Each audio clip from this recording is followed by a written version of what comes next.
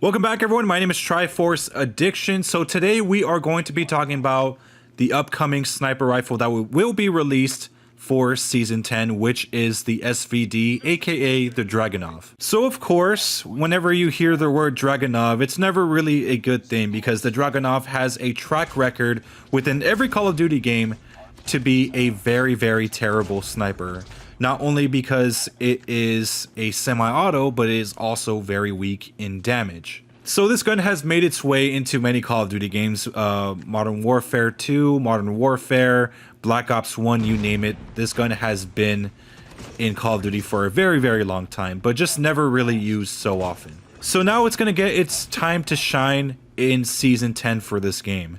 And honestly, I don't really know what to say because, you know, like I said, the Dragunov has not really been the best weapon for Call of Duty. The most recent game it's come out of is, I believe, Modern Warfare, and it still wasn't a very well-known sniper. But of course, in this game, a lot of weapons came back from different Call of Duty games, and they have performed way better than they ever did before. So the question is, how good is the Dragunov going to be in this game? So obviously it's another semi-auto sniper rifle, and I don't know if it's just me, maybe some of you guys feel this way as well, but I am kind of tired of getting semi-auto sniper rifles. We never seem to get any bolt action or any hybrid sniper rifles in this game. I mean, you can say that the NA45 is a different type of sniper rifle, but at the same time it's still kind of a semi-auto. You could shoot it without any bolting or anything like that. So I really don't know why they're not releasing any bolt action sniper rifles as of recently. There should be more sniper rifles like that, and there's plenty out there. I mean, they have the AX50, the HDR, they have the Paladin, they have many sniper rifles that they can choose from, but I don't know why they just never chose to use any of them yet. So since this is another semi-auto rifle, we have to wonder, I mean, how strong is it going to be?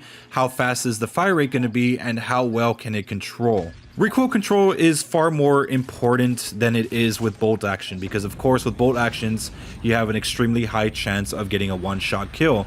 But with semi-autos like the M21 EBR or the XPR, it matters more since, you know, for the most part, you are going to get two-shot kills unless you hit in the head. So you're going to have to figure out what attachments are right, what doesn't reduce too much ADS speed. That's something I typically have to figure out every single time I use those two marksman, or I guess in this case, sniper rifles. I'm not really expecting this weapon to have any sort of stopping power rounds. I'm assuming they're just going to have like a 15 round or like a 20 round extended mag.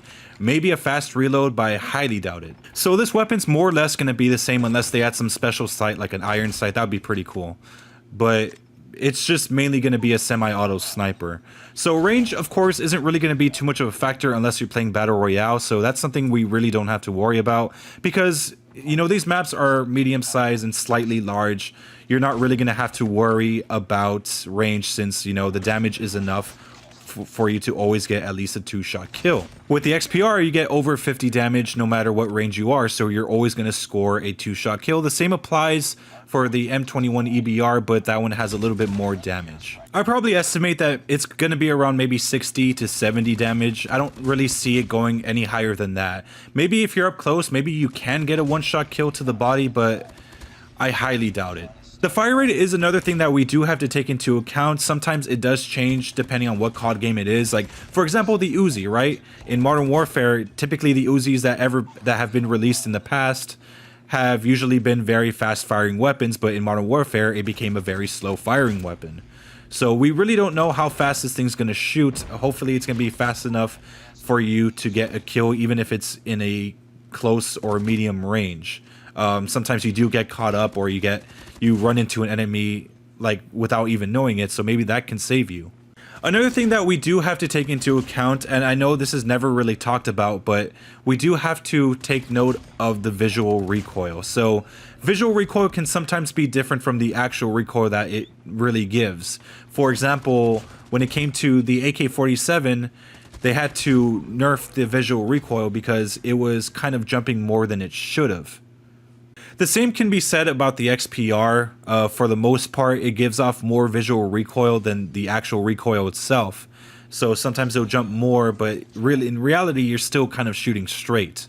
That's something that we do have to keep into account when it comes to semi-auto snipers. So another thing that we probably have to worry about is the scopes. What kind of scopes is it going to have? Is it going to have some special type of zoom in, zoom out variable scope, or is it going to have just the basic scope system that we typically have? You know, the 3x, 4x, and even the 6x scopes. For the right tech, we did not actually get a normal tactical scope, one that's like completely zoomed out. I don't know for what reason. I guess it just didn't fit the gun that well. But yeah, we really don't know what the scopes are going to be. I'm assuming that it's just going to be normal. It's not really going to have any unique scopes. But I would really love for it to have just a basic tactical scope because, you know, when you're in close quarters maps like Shipment or even Nuketown, there's no real need for an 8x scope. I mean, semi-autos are already a terrible weapon to use, especially in the current meta. So why handicap yourself even further? There's like this common stigma, you guys already know. If you don't use a normal scope, you're not really a true sniper. And it doesn't really matter in this case because, like I said, it's a semi-auto. It's meant to be more of a marksman. So I honestly don't see why it's such a huge issue. You shouldn't really handicap yourself on the basis that you're going to get judged or something like that. But really what I want from this sniper is for it to at least be decent. Because, you know, like I said, the Dragunov has been known for being a shitty sniper rifle. This is the time for the weapon to shine at least a little bit.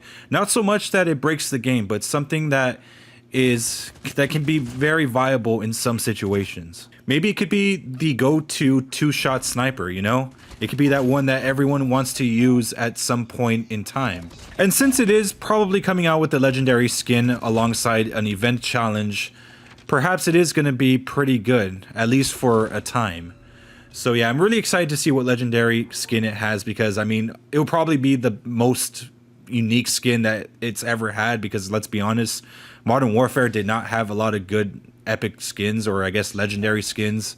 And that's mainly because, I mean, they went more for realism, so I don't think any of the legendary skins there were actually animated.